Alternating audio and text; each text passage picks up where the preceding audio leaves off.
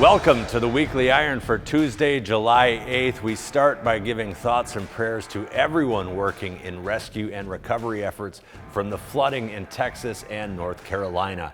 In our first story today, Frank Raison does a deep dive with Ajax Paving on how CEM Dan Maitland and his team are using maintenance management software programs to save more than $100,000 in parts inventory, which they are then reinvesting into critical parts inventory for their business. Read the whole story at constructionequipment.com.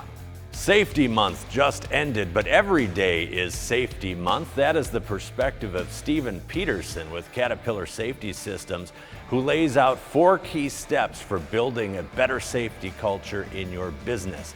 That is analyzing the safety systems, considering the safety mindset of your team, investing in safety leadership, and building ownership of safety within every level of the business, something we can all think about each day.